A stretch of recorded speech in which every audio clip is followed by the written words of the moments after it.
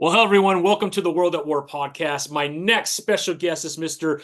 Tim Chizmar. Tim, so I was trying to think, all right, I was trying to think of how I tell people who you are because you do so many amazing things. So here's what I got. Best-selling writer, award-winning speaker, comedian, columnist for the First Comics News. You're the writer of Soul Trader, Modern Madness. You've actually written with the great Clive Barker. You have a couple movies that I'm aware of. You have Noodles in Noodleland. You have what's the other one? Hell's Coming for You that you and I talked about. I mean, it's incredible. You have a comedy, a nudist comedy tour that I learned about, which I think was pretty freaking amazing. And at one time, you own your own wrestling federation. Holy crap, man. I don't know what a title is for that, but you've accomplished a lot, my friend. But it's great to have you anyways. Thank you. It's me, it's him, it's Tim. Tim Chizmar. It's good to be on the show. And yeah, I've just been doing everything I can to not have to have a regular 9 to 5, a regular day job. I just wanted a life less ordinary, and I think I've carved that out for myself. I definitely think you have carved that out, my friend. You are leading the pack when it comes to that, man. But we are a comic book podcast, so I thought maybe we could start a little bit on the comic side. But I definitely want to get into your movies because not only do you have Noodles of Noodland, but you also, when we were at WonderCon, you have something else coming up at the end of the year that's fairly related. I'd like to talk a little bit about that. Obviously, your comedy tour, I don't know if that's still going on, if it's seasonal, but I'd love to talk about that because you have been an opener for some huge names in comedy. So just a lot of really fun stuff I thought we could dig into in the next hour or so, Tim. But let's start on the comic book side. You and I kind of had a conversation about comic books at WonderCon at the table, which turned into like a 3-hour conversation. We were on each side of the table. I was talking to my friend Lauren, and then we brought you into that conversation, and then she had to go work, and I slid around. That's very kind of you. That's very kind of you to say you brought me in. Why don't you be real? I butted myself in. I overheard something and then chimed in with my unasked for thoughts. I love it though, man, because that was the introduction that I think we needed, and it was awesome. And then I slid around that giant round table, and you and I went on for like 2.5 hours, man, and I had a freaking blast learning a lot more from you. And then the next day, I was able to sit on one of your panels, which was a lot of fun too. So can we kind of go back to some of those conversations you and I already had pre-recorded at WonderCon, but this love for comic books, when did that passion for comic books start? What was your first entrance into comic books? And what are some of the things that you love about comics now? When I was very young, before I started kindergarten, so I don't know what age that would be, 4 or 5, I remember going to it's not quite a garage sale. It's kind of like a house sale. I don't know. These people that live, these are memories of a very young child, but they had this brick house in Pennsylvania, and I live next to an amusement park, which is heaven for a child, right? So the smells and the lights, the neon, the party atmosphere. And so it was already a really fun youth. And then we went to this house sale, and one of the things they were selling was they had boxes of comic books. And so I got some of the comics, and that is my earliest memory of being exposed to and learning about it. And then also it was fun, even though the people in my life weren't comic book nerds like you and I are, or the people we run into at Comic-Con and WonderCon. It was fun reading something that other people chimed in on. So, for example, one of the first lessons, I remember reading a Spider-Man comic where he had the black suit. And I remember like an uncle or maybe my mother, somebody telling me, oh, he didn't always have that suit. He usually looks different. I'm like, what are you talking about? I remember that kind of like, oh, so these guys aren't, set this way, but they can adjust and change and mold over time. So that was fun. And then I remember Cloak and Dagger. I was always fascinated with Cloak. I was always fascinated with the whole other world and going through it and darkness. And my mother and there was a lot of creepiness around where I grew up, the talk of spirits and stuff. And my parents had been felons. And so the darkness was something that I gravitated towards, like, oh, wow. So I love that. And then later on, when I was older, around, I was in school and I was sick. And my mother wanted to give me something to read while I was, I had the flu or measles or whatever. And she picked up an issue of The Flash, Wally West, The Flash, and an issue of Aquaman. And it was his depressing run in DC. I don't know if that was the second series, the third series, but it's the one where, he's just moping through the whole thing. He's lamenting his wife and his kid, and oh, woe is me. And then in the next series, he loses his hand. So like, bad times for Aquaman. But it was Flash and Aquaman. Then I started getting into the Gray Hulk, the mob boss Hulk. Those were the early ones, but those are the little kindlings that started a big fire. The fire I have never stepped out of, is circa 92, 93, The Rise of the Midnight Suns. So this was with the success of Ghost Rider, finally bleeding into Morbius and Night Stalkers and Darkhold and Spirits of Vengeance. And at that same time, there was there was Hellblazer, which influenced the design on a lot of this stuff. But I was thinking of Hellstorm, the Prince of Lies, and it was just all of this occult, supernatural, evil. And the thing that I was most fascinated about was that it was almost like an excuse to go back and research the older stuff. For example, I'm reading Night Stalkers, and Night Stalkers would comment on things that happened in Tomb of Dracula. So, when I'm reading about Ghost Rider, this is the third if you count, Carter Slade on the white horse, but at least the second Ghost Rider, this is Danny Ketch. This is the cool chains and penance stare and, leather and all this it's not the Evel Knievel Johnny Blaze, even though as time went on, people want to combine it all and mesh it and give him the attributes of Danny.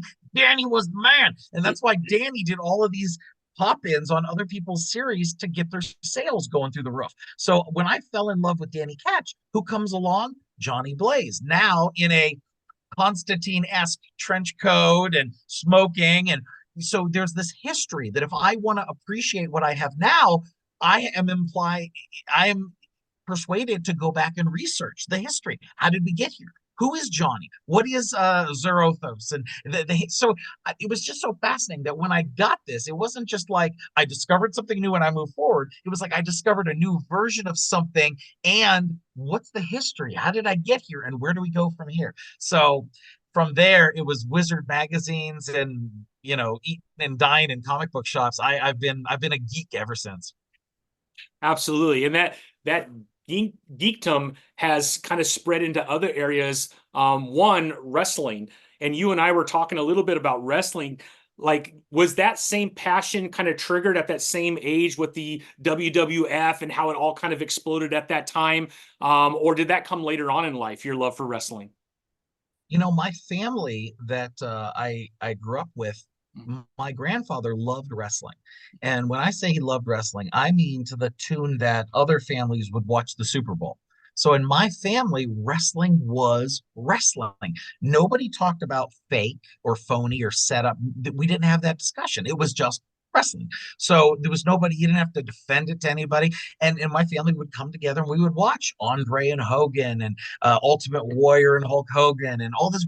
And he loved it. And so, my uncle loved it and my mother loved it and my cousins loved it. And we watched The Undertaker and all, we'd argue about who's going to beat who. And it was just, that was my youth. And then I grew out of it. I didn't decide I didn't like it. It's just time moved on. I got interested in girls and driving a car and whatever. And it took, I had a friend in middle school around, say, like the sixth grade, something like that for me, which is like 97 or so. Anyway, it was around WrestleMania 12 is what I'm saying. So the Royal Rumble before WrestleMania 12, where Shawn Michaels won the shot at Bret Hart's title, and Vader was coming in and Diesel was going out, and just before the Attitude Era, just before the NWO, just before Degeneration X, I was on board watching Rocky Maivia before he became The Rock. So again, it's exciting to be a part of something and watch it grow, watch it blossom, watch it go somewhere. And so I came in as fascinating and fascinated by this, and then it reminded me how much I loved it, why I loved it. And I grew up in Pennsylvania, northwestern PA, or between Erie and Pittsburgh, in this place called Crawford County. We used to have these things. I don't know if you ever heard of them, Tommy. they're called video stores. I don't know if you I don't know if you remember. But so my video stores, they would have sections of genre. So they'd be like a comedy section, a horror section, a western section. Well, guess what we had in Pennsylvania? A Wrestling. wrestling section. And this guy made his way through every damn VHS. So I knew WCW, I knew NWA, I knew Indies, I knew WWE, and I was the kind of nerd that knew the title reigns. So Yeah. when I saw, Kerry Von Erich versus the Texas Tornado versus Ric Flair, I could tell you, oh, Kerry doesn't win because he's never held that title. Like I knew the lineage, I knew who Ric Flair beat, and I knew who Ric Flair lost to. So he's not going to win. So I was that kind of guy, and I ate it up. I loved it. I love everything about it. The whole passion, the whole it's you know what it is. You just talked about comic books, and then you're talking about wrestling. It's a live action comic book. It's larger than life heroes and villains and feuds and title reigns, and it's absolutely pro wrestling and comic books are synonymous in my opinion. Well, you were talking about your grandfather and his love for wrestling. My assumption is during that time when your grandfather loved it and brought you into it, obviously years before, back then, right, you had all these different small federations all over the United States before everything became, WWE or WWF and then WWE. Then you got into kind of your own federation did you start your own federation or how did that work? Because that reminds me of the old school wrestling where in certain regions, right, there had their own kind of a wrestling federation and they didn't compete against one another, but once in a while some of the fighters would go between different federations. How did you get into that? And was it very similar to kind of that old school wrestling feel and vibe? Yeah, yes. It's called territories. Yeah. And yes, my so the majority of the people had been, oh, it says recorded. Let me hit OK.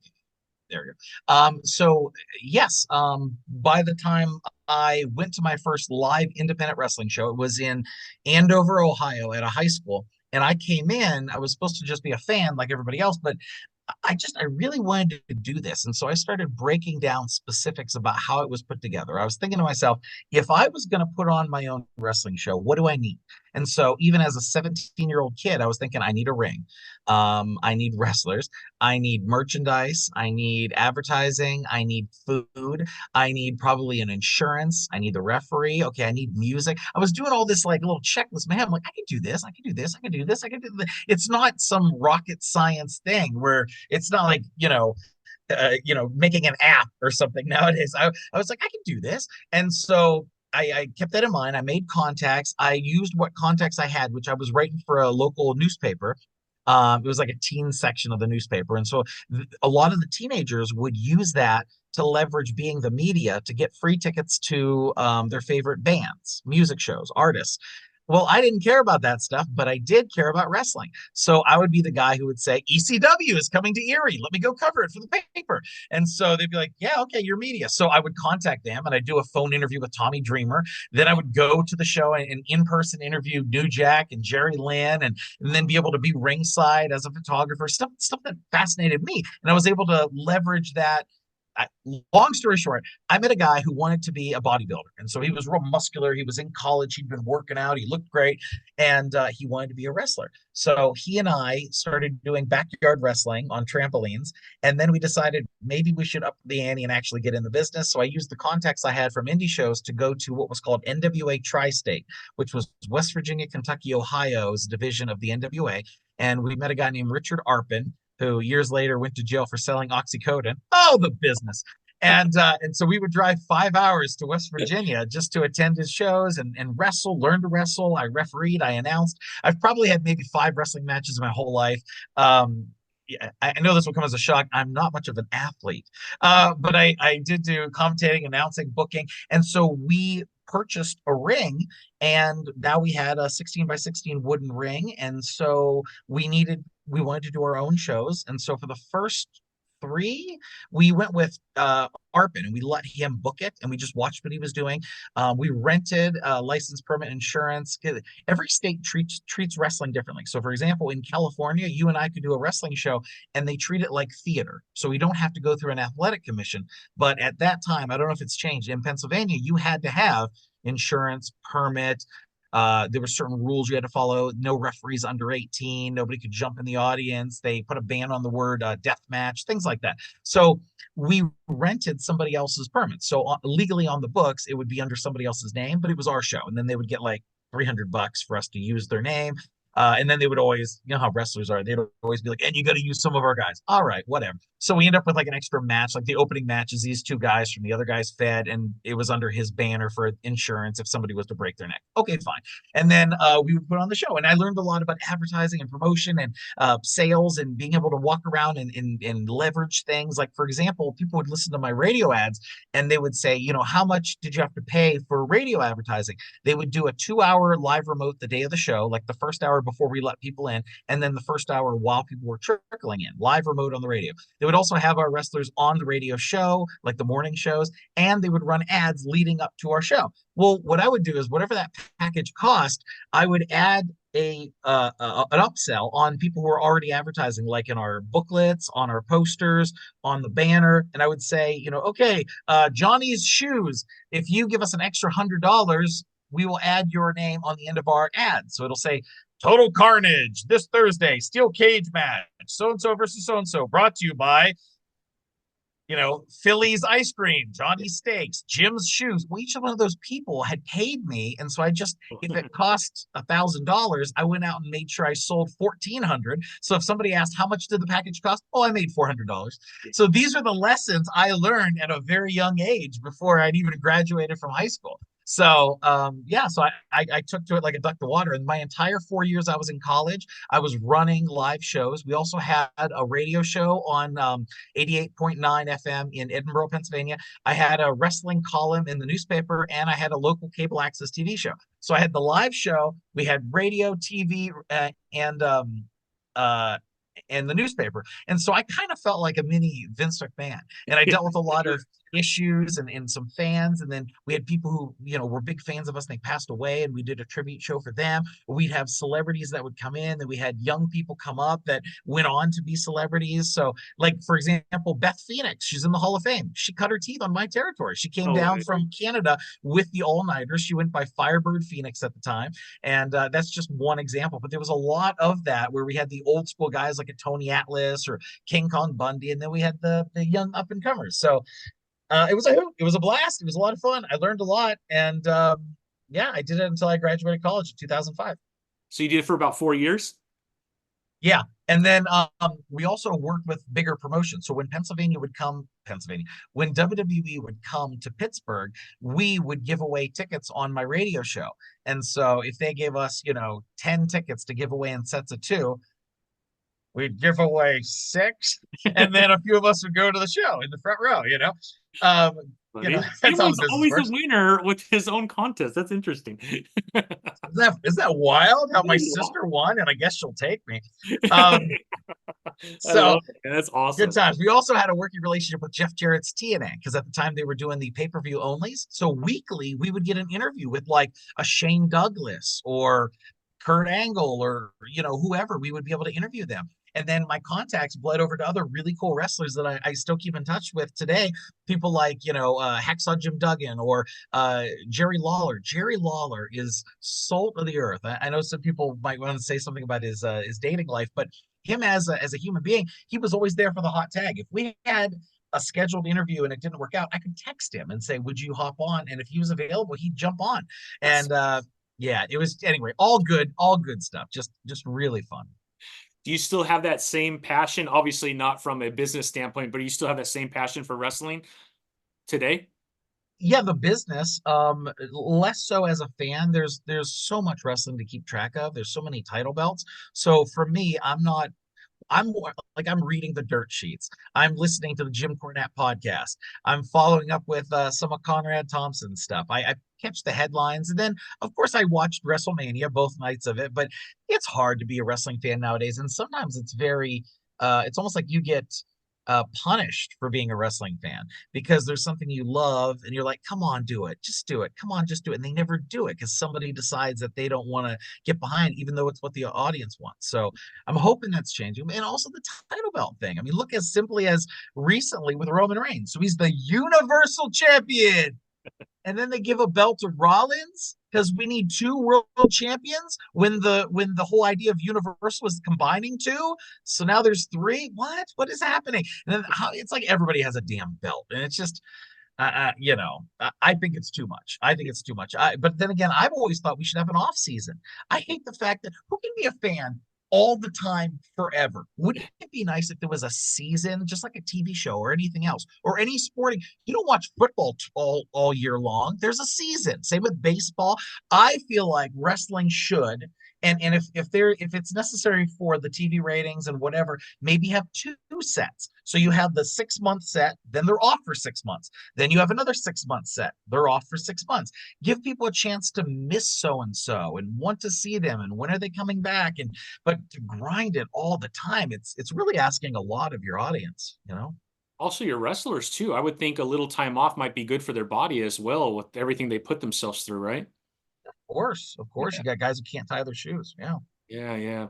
I know I grew up a huge wrestler fan, love wrestling. I remember seeing WrestleMania 1 at the National Orange Show. It was telecast on a giant screen, and we were like in this movie theater, and my parents dropped me and my friends off, and it was amazing. I was hooked for many years.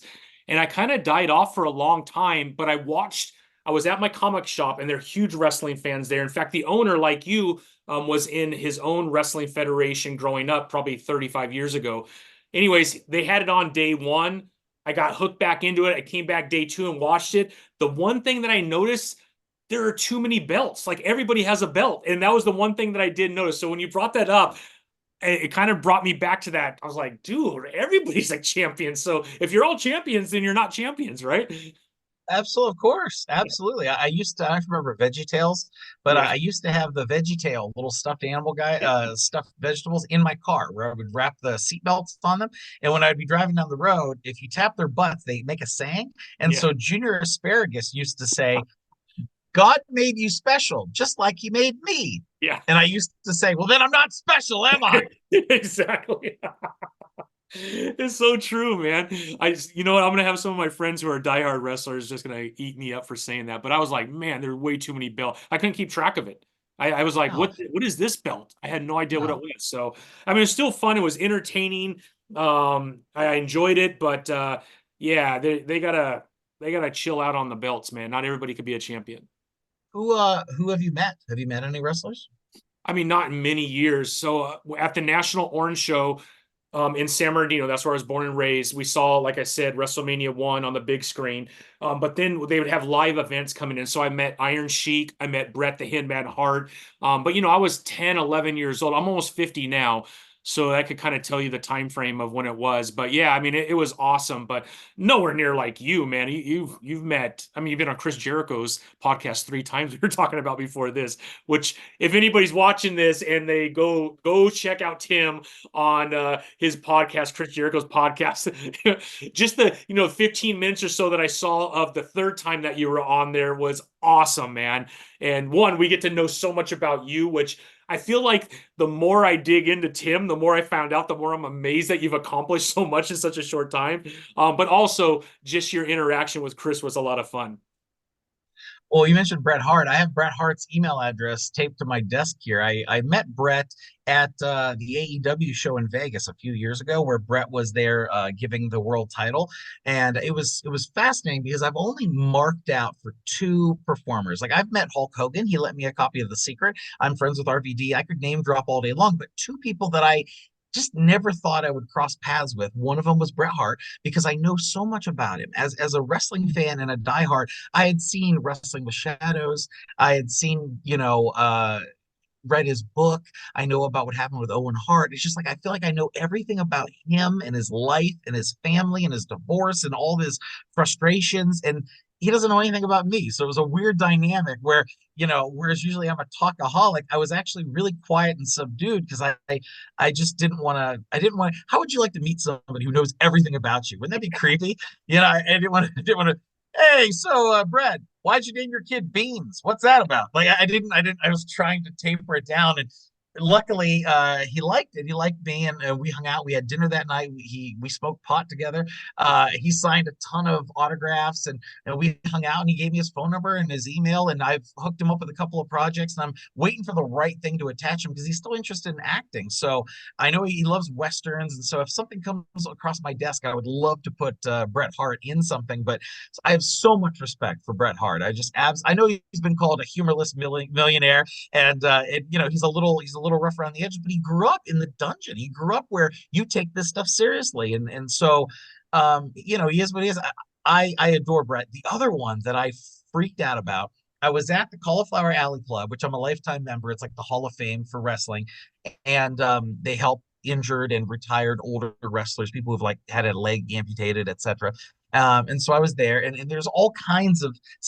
I remember one of the first times I went there, I remember seeing a woman selling her books, and I was like, that woman looks like Diana Hart. Turns out it was Diana Hart. I see like Jim Ross there, and Oh, Pat Patterson before he passed away, and just on and on. Anyway, but I'm used to like all of these except one man. I saw one man, and I was talking to my friends about how, like, yeah, I mean, these guys are great. They're workers. I have appreciation, but I'm not going to freak out and be a fan for. And then this person walked by, and I ran after him, and I gushed on him and took a picture with him, and bless his heart, he was very kind. The man was Terry Funk.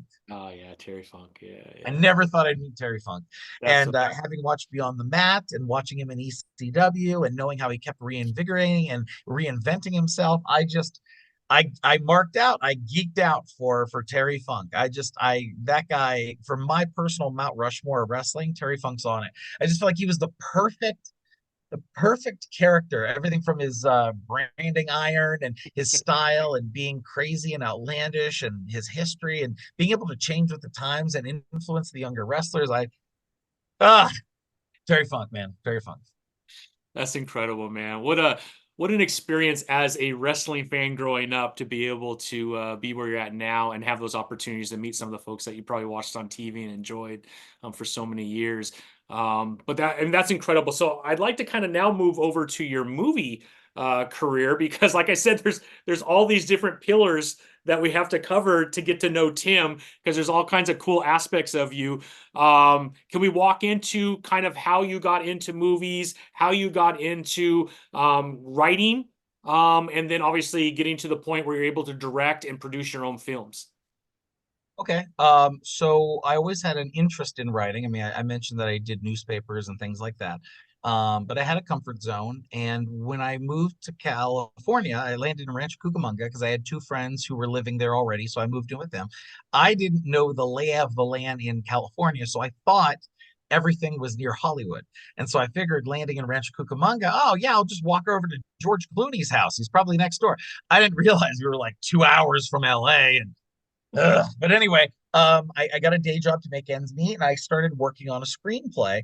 And I ended up doing the majority of the work. In my head, I wanted to have this clique of guys who all took the business as seriously as I did, and so all of our success would help each other.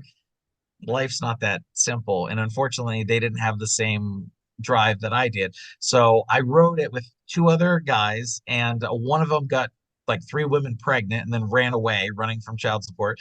And then the other guy allowed his parents to break his spirit.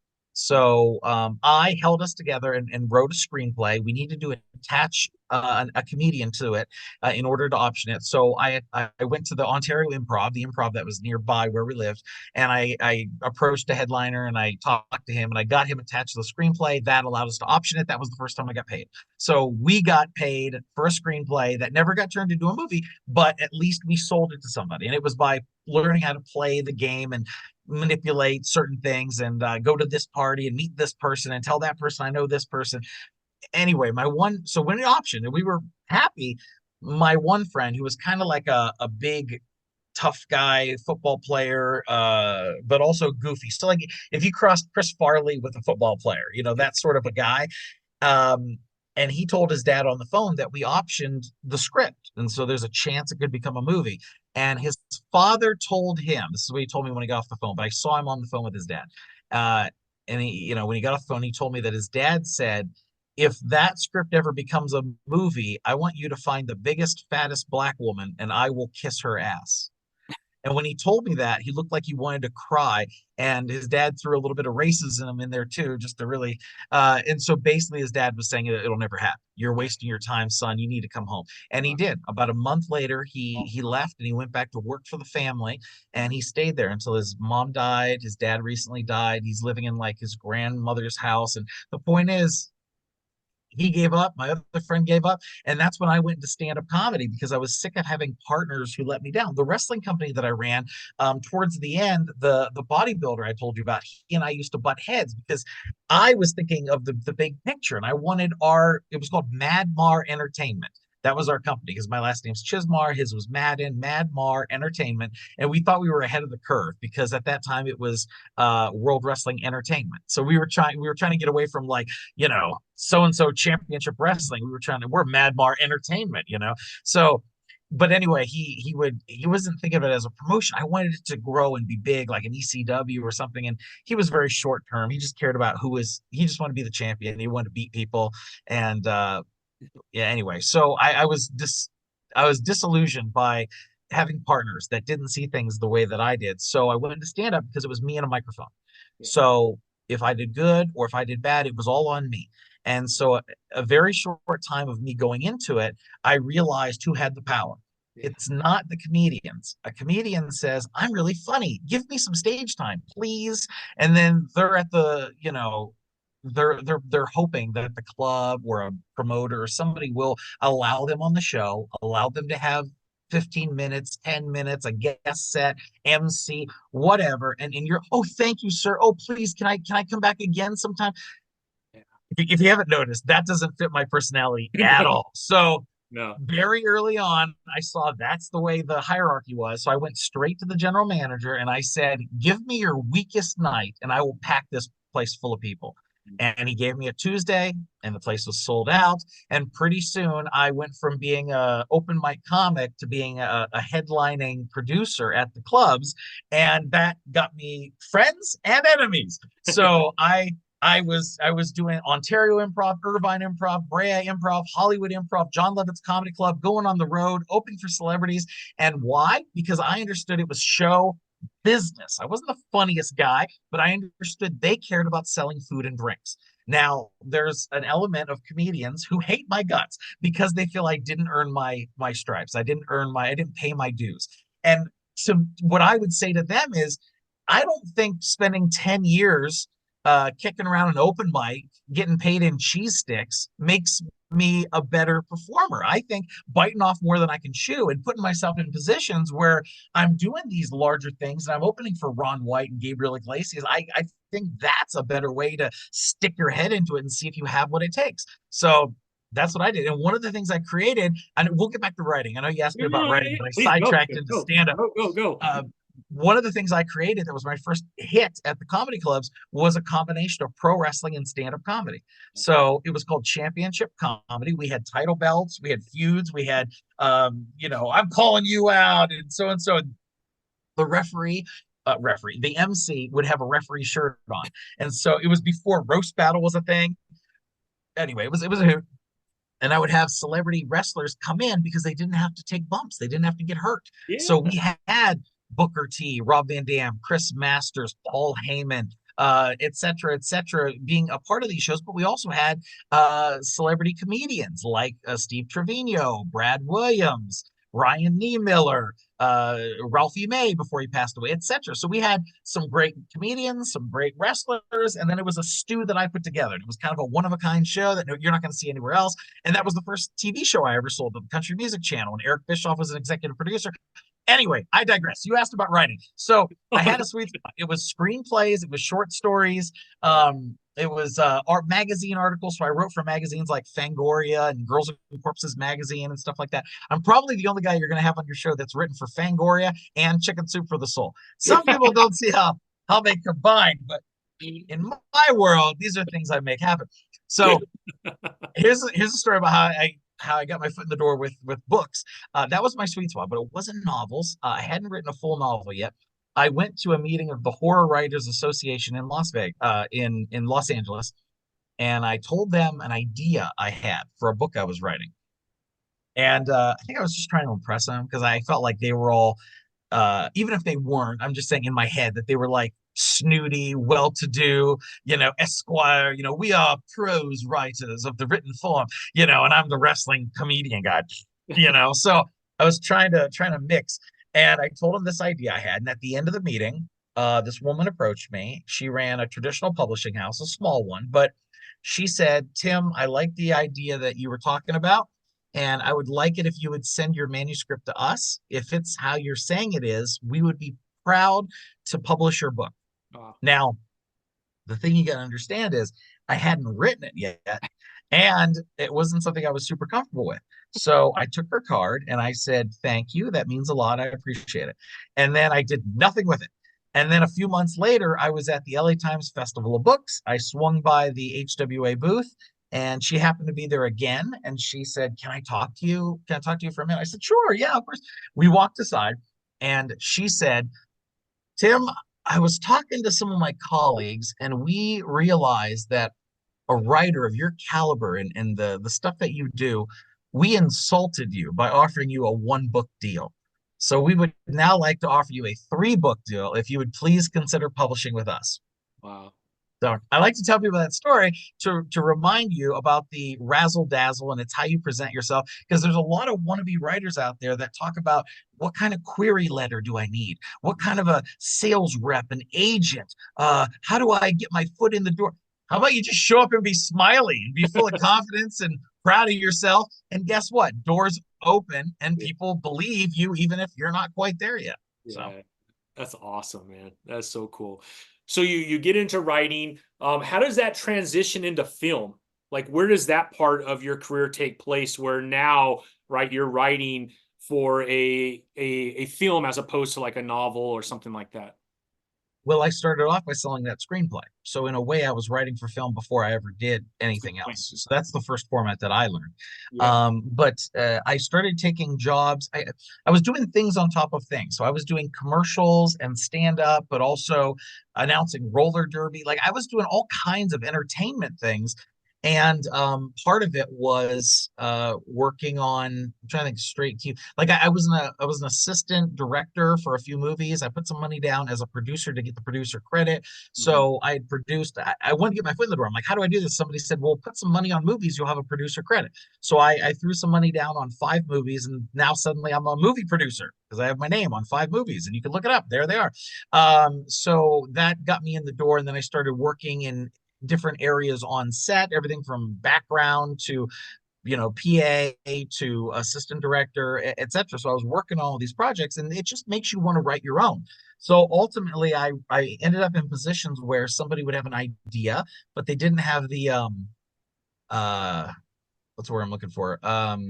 When you show up at the gym every day and work out, what they the what? Enthusiasm or the drive or the I guess drive, but I think it's a better word than drive. But yeah. they didn't have the whatever to really do it, and so I would take it on and say, "Oh yeah, no, I can do this." And so I started writing for other people. I would do shorts for them or different thing, and then it was a little piece at a time, and ultimately you end up at some point at some point. If you work in Hollywood, you've worked on so many projects that ended up being disappointing or not turning out exactly how you want, and you can't help but say, "I should be doing this. I should be running that. It would be better if I did this." And a lot of people think that, and then they don't end up that way. Well, for me, I worked on movies that I will never understand this mindset.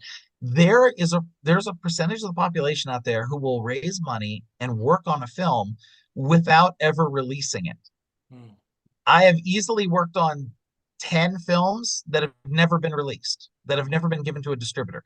And there's multiple reasons. Sometimes it's technical, like they didn't put the money in the right place for the proper post production. So the sound's never up to snuff for somebody to want to put it out, or picture quality isn't thus and such aspect ratio to work on all the different screens nowadays. So there's that. There's also an element of people who want more than they can get out of it. And so they feel like this movie should have $1 million guarantee. Anybody who gives me $1 million can get my movie. Well, people are like, "Who's in it?" "Oh, no one you've ever heard of." What's the story? Oh, a romance.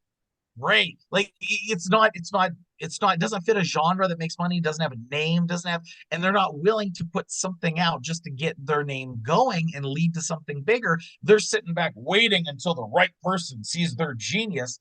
It doesn't work like that. So after dealing, I know a chick who took almost $200,000 out of a house.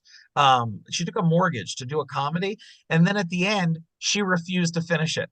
And it's been about 4 years, and I was a part of that movie, and it just, I just shaved my head recently, but if I had hair, I would pull it out.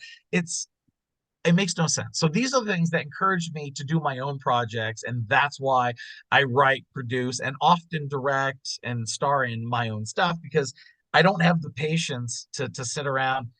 I don't understand. How can anyone feel good about that? How can you feel good about a half-finished project, you Yeah. know? No, great point. Great point. Well, let's talk about the couple films that I'm aware of. We have the first one's Hell's Coming for You, and you and I kind of talked a lot about this at WonderCon. That's actually on Amazon, so if anybody wants to go over and check it out, go to Amazon and you could purchase it there. You could rent it or you could buy it. So there's that one, and then Noodles of Noodleland was the second one, and that one you could actually purchase at nudisthumorist.com. So those are the two that I'm aware of. Those are the two that you have that are out there for people to see, or is there others that I'm Oh, missing? there's others. Yeah. I've done movies with Full Moon, so Okay. Killjoy, Psycho Circus, Killjoy Goes to Hell, Zombies versus Strippers. I did a movie called Unchained, which is like a female fight club. There's a Right. lot of stuff out there, but those are probably the two biggest right now that I would say are really good. They're worth seeing. So Hell's Coming for You is on Tubi, it's on Amazon, it's on Google Play, it's on YouTube Movies. And then the distributor may put it on other platforms. They talked to us about a Blu-ray. We haven't done it yet just because it's an indie movie and it doesn't have like a ton of people beating down our door for it. But at some point we'll do it just to be able to hand it to somebody. I have this argument with a friend of mine who runs a boutique label for Blu-rays. I always say Blu-ray is dead. Like you can't find the section in Walmart. Like what's the point? And then he rips my head off and he's like, you know how much money I make? You see what I drive? What do you think? And I'm like, I think you're selling steroids or something. But anyway, uh, so yes, Hell's Coming for You is about a disabled bounty hunter. And what happened was there's a gentleman, a comedian who is disabled, and he lives in Las Vegas. He's never had the use of his legs, but he's a great guy. He's funny, he's charming, he's just a joy. And he's been a stand-up for around 6 years when he and I started getting together, and I managed him and helped him get some gigs. And we did what do they call it, a residency. I didn't see it. Um, I think that's what they call it. So he did stand up on a regular basis at a particular club in Vegas. And then we worked on getting him a few specials and a few. Anyway, long story short, we ultimately was like, why don't you be the star of your own movie? Let's put this together. So we were trying to think, when have you ever seen a disabled action hero? Name one. I'll wait.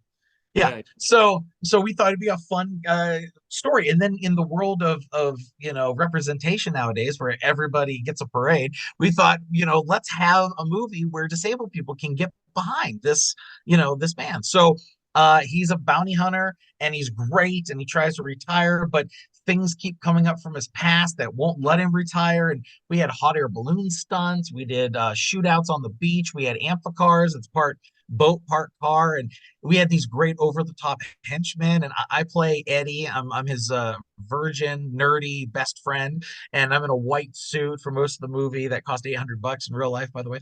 And I'm carrying a Mossberg shotgun, which was my shotgun.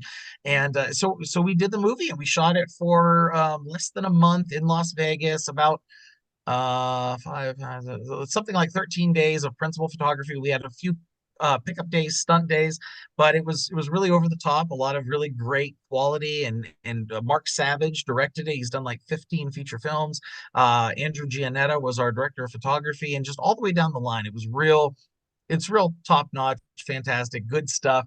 And it's a blast. It's a hoot. It's a good time. It's action. It's funny. We cut some nudity because our distributor wanted the nudity out of it, but on the uncensored Blu-ray, we'll put the boobs back in. So good times. And but yeah, it was fun. It was a blast. And then Noodles and Noodlin. Yeah. I'm a nudist. I've always been a nudist. That's a whole other conversation that we could get into. But I wanted to do a movie that was body positive and showed that nudists don't belong in the closet because that's where clothes is. And our movie is not for the clothes minded, et cetera, et cetera. And so it's a nudist romance where people, when they don't want to wear clothes, get sent to the island of Nudeland. And you would think that if their issue is clothing and you get rid of the clothing, they should be happy. But when they go there, they've got all these other issues they're dealing with. Shame and insecurity, and am I good enough? And the female lead is like, am I a slut? Or she's got all these sexual things about it, and we're so we deal with that. And then there's weird characters there, like reverse streakers, where this guy runs around like showing people he has clothes on and just shocking everyone, and et cetera, et cetera. And it's fun. I get to, obviously, that I directed that one and shot it super shoestring, just real passion and love.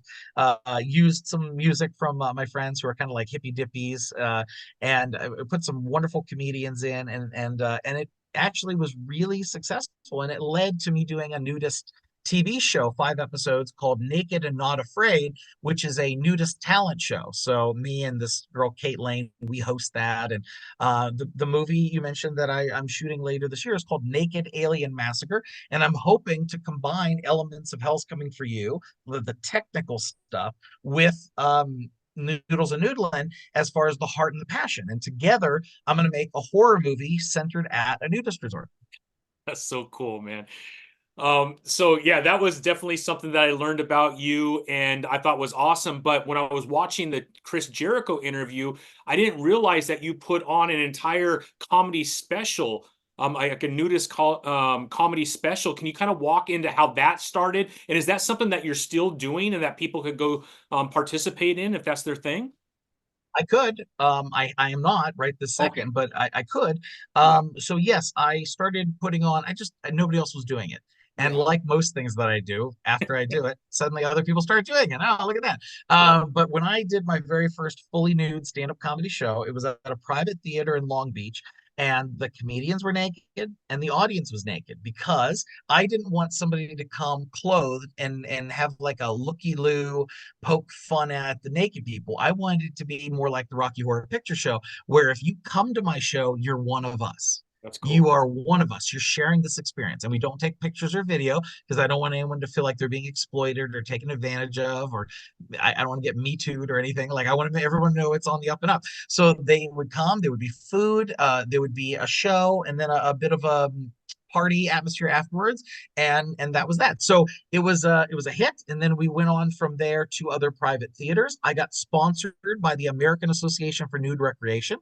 They gave us 3 grand, which was very nice, and we put their banner up. So we were promoting the nudist lifestyle. We also did shows at art colleges in California, like Cal Arts. We did nude resorts like Olive Dell Ranch and Glen Eden Sun Club and other places you've never heard of.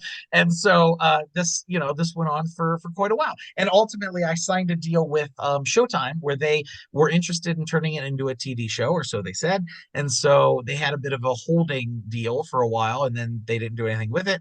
Welcome to Hollywood. I can tell you all about pilots I've shot that went nowhere. It's a lot of fun. Pretty fast. But there's a theater called the Two Roads Theater in North Hollywood that last I knew, Alan Levin, I sold him the website and I told him to keep the live shows going. And so I gave him my blessing, and he was doing it for a while. And then during COVID, I think he stopped. And anyway, I've considered going back to it. I've also considered not just straight stand-up comedy, but more of a nude show. Like I have friends who are Cirque du Soleil performers. Oh, I have okay. some girls who do like, hoops and aerial stuff and the silks and all that, and they can do that nude. Hmm. So I want to put together an interesting, if I do something live again with an audience, and I think I'll do like a clothed night and a nude night, because that's always a debate and a discussion amongst us nudists. Should it be clothing optional or should it be nudist? And on the one side, the clothing optional people say nobody should make you get naked. You should get naked when you feel comfortable. The other people say some people will never get naked, and they're just there to look at the people who get naked. Yeah. So I don't know, but if I have a clothing optional night, then at least like critics and stuff will come and they'll write about it. And Yeah. I've had great write-ups in Vice magazine and Mhm. Playboy, and I worked with nude plays as part of the Hollywood Fringe Fest, and what a life. Beta Breakers. I heard that you did Beta Breakers as well. Yeah. And the World Naked Bike Ride and Cool, man.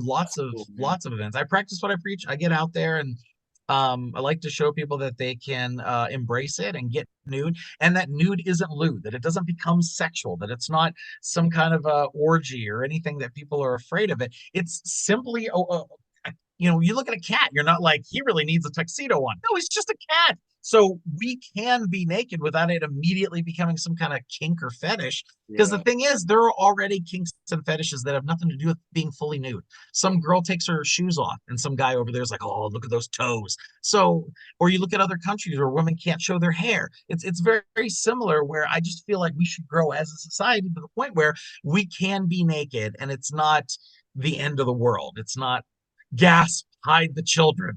Like there are families at resorts and beaches and hot springs, and I know families on families on families who have grown up in the nudist lifestyle, and they don't become worse or perverts, or it's just another way to look at things. And I'm hoping culture and society will adjust and change over time so that more people will see. But unless people come out of the closet, so to speak, and say that they're nudists or that they like being naked, people will always demonize other. It's similar to like gay people in the 50s or interracial dating or any of the stuff that people didn't participate in. It was easier to say, yeah, gay people shouldn't be allowed to get married and have kids, those gay people, as opposed to, oh, you mean gay people like my brother?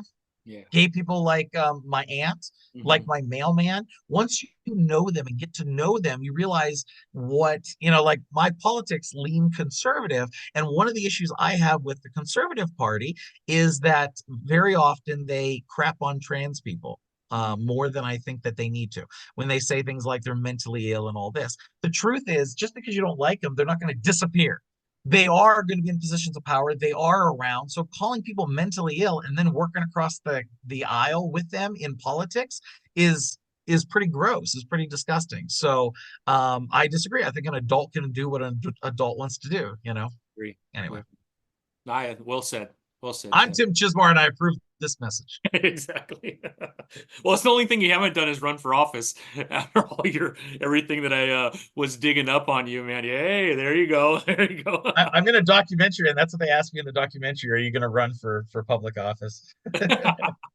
Well, maybe we could kind of talk a little bit about the documentary because when we were at WonderCom, the film crew was going around. We did see them at the one panel that you were on, which was amazing, by the way. I got to meet Rick, who is just absolutely incredible. But yeah, the documentary crew was there.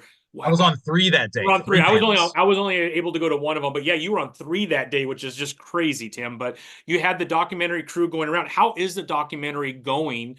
And when do you think that that would be finished?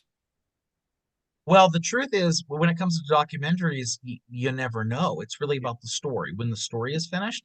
Yeah. And it's really odd because like I believe in myself and I'm a supporter of myself, but at the same time, it's this weird ego thing because um they were intrigued.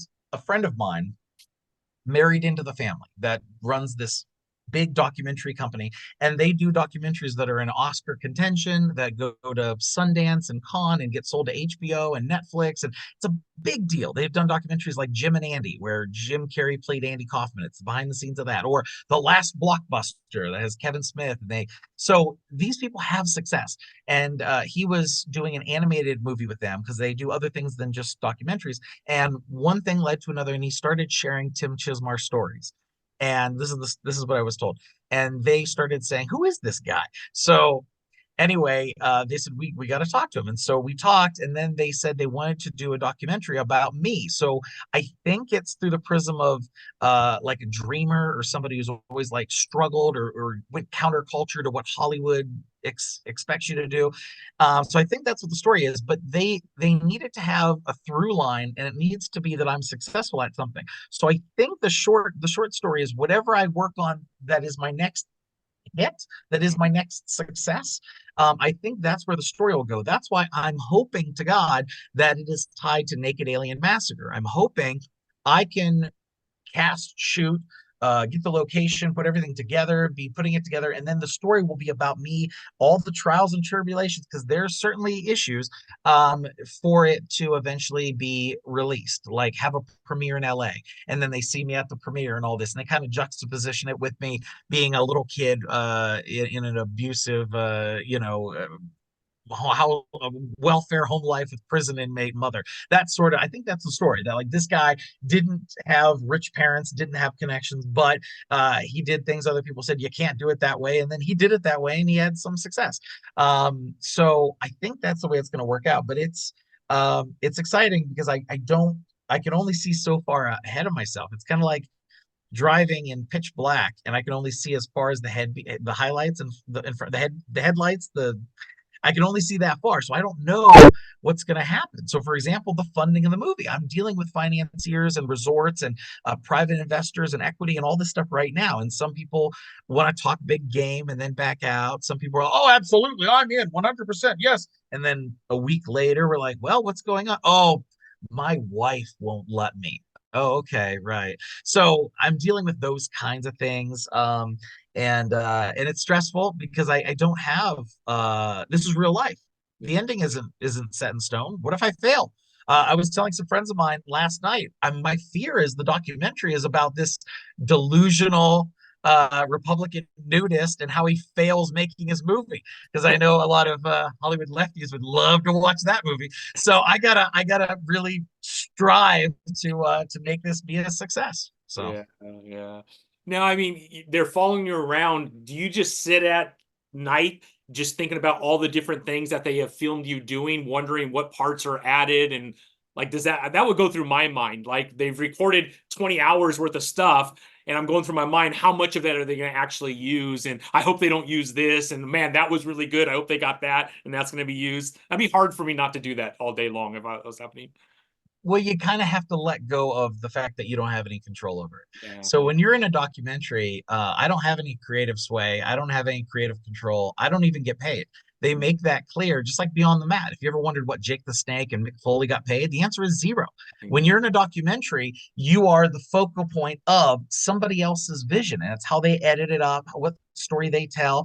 And so all I can hope is that they have the best interests, and but it's really what I'm giving them. So it's scary and it's exciting because we all have good sides and bad sides, good 100%. experiences, bad experiences. What if they put together a movie of every time I ranted and raved and yelled about something? What if they don't show what somebody did to make me cuss them out, but they just pick up on me, you're a stupid, and then it's like, oh, I look like this horrible tyrant. So I don't know. I just know that I like the people, and like most folks who work in entertainment, we're always afraid that no one's going to appreciate what we're doing. You brought up Hell's Coming for You. You'd Yeah, never heard of Hell's Coming for You until I told you about it. So exactly. that's the thing. There's a lot of guys like me out there who are making art, that are making a living. I have a 3-bedroom, 2-bath condo in Vegas. I haven't had a day job since 2007. I work in entertainment. I make comics and books and movies and tours. Most people don't know who I am. So it would be nice if something put me on the map a little bit so I can open some doors. There's nothing I would love more than to have a trajectory like a Peter Jackson, who this is a nudist horror movie. So at first you're like, who cares about Peter Jackson's first movies was things like Meet the Feebles and Bad Taste. In Bad Taste, he was exploding goats. In Meet the Feebles, it's like puppet porn. And then the guy goes on to do Lord of the Rings. Yeah. Look at another guy like Sam Raimi. Sam didn't start off by doing Spider-Man with Tobey Maguire. He started off doing a movie where a tree rapes a woman. If you told me somebody was going to do a tree rapist movie and he'd go on to do Spider-Man, you'd think you were crazy. But that's the kind of industry I work in. So I just need to do something outrageous to put myself on the map so people are at least aware of who I am.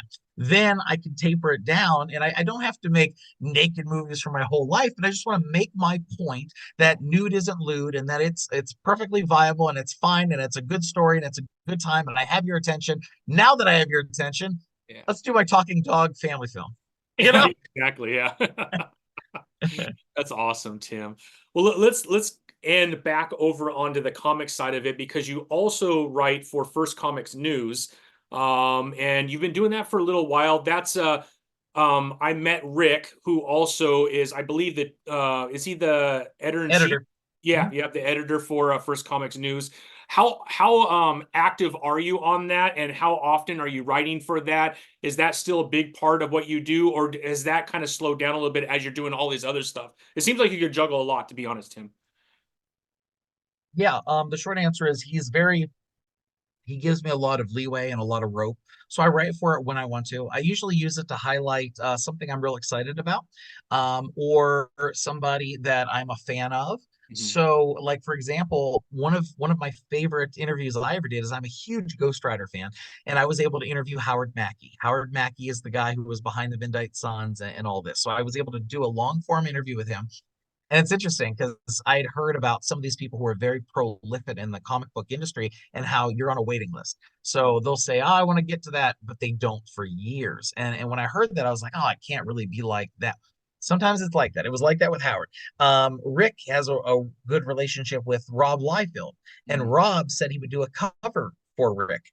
And I mean, that's amazing to have a Rob Liefeld cover. And I Sure. think, I mean, Rick can tell you, it took years. It took whatever. It took years. I mean, Rob's a busy man and Deadpool and stuff. So, but when he did, Rick now has a Rob Liefeld cover for his comic series, and he'll have that forever in different incarnations and whatever. Very exciting. So it was like that with Howard, where he and I talked about it, and I sent him questions.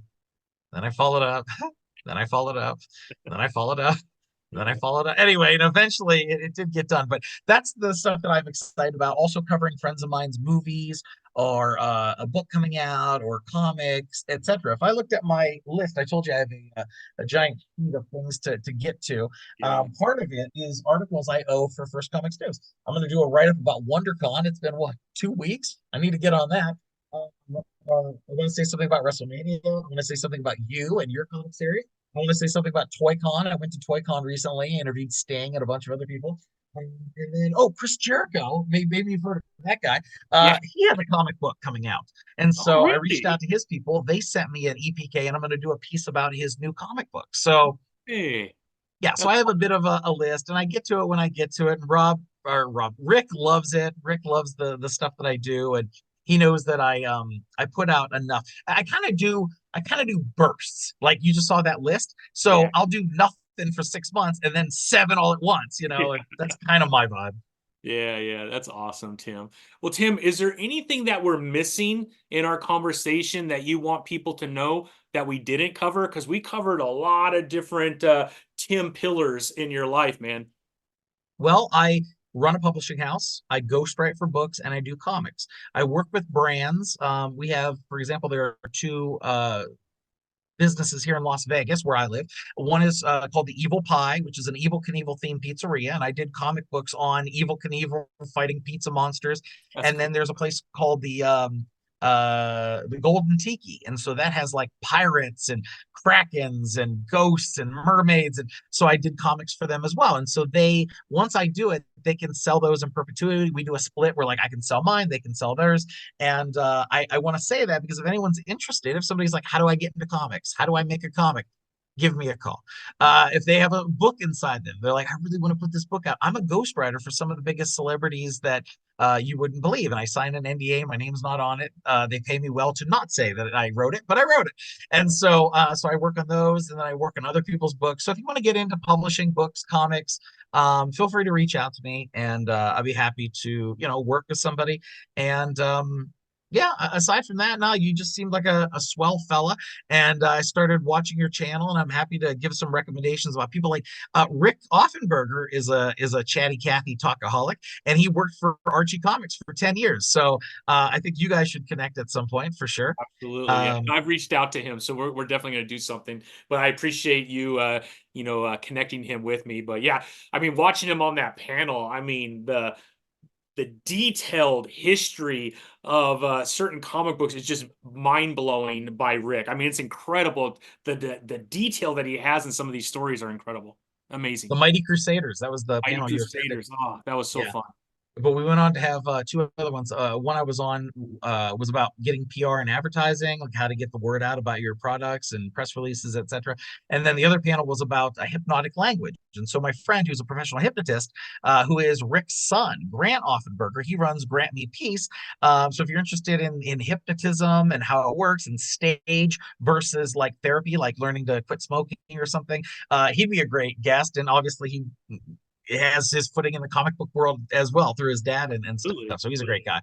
But I think the goal in life is to surround yourself with good people. Try to have good vibes because there's enough bad vibes out there and people who want to get you, people who want to crap on you. Just remember, it's never personal. Even if somebody hates me, it's something about me that represents something lacking in their life or something that they're like, I could have done that better. Like most of the comedians who hated my guts, it's because they wanted to be headlining the Hollywood Improv and they didn't know how to get there. And so they were doing what they thought it takes to get there, and nobody cared about what they were doing. They could be the funniest guy in the world, but at an open mic where nobody cares, they don't, you're not even on the radar. But when I come in and I say, what does it take to put butts in the seats? And they say, well, there's this, we've been doing great with ethnic shows, but we'd like to do something that's college kids. Can you do something with college kids? Give me a shot. And so then I start promoting the college kids. They're selling food and drinks. I'm on stage.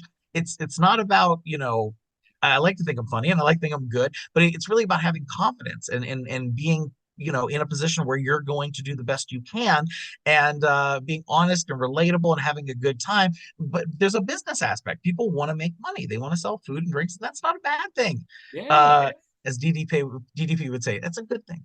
Yeah. We all deserve money, helps us have goods and services, right? Yeah. So if I can give any advice or input to people, it's to think outside the box purposely. If somebody says you can't do something, say why and step up and go for it because I've done it and I'm doing pretty well. So That's awesome, man.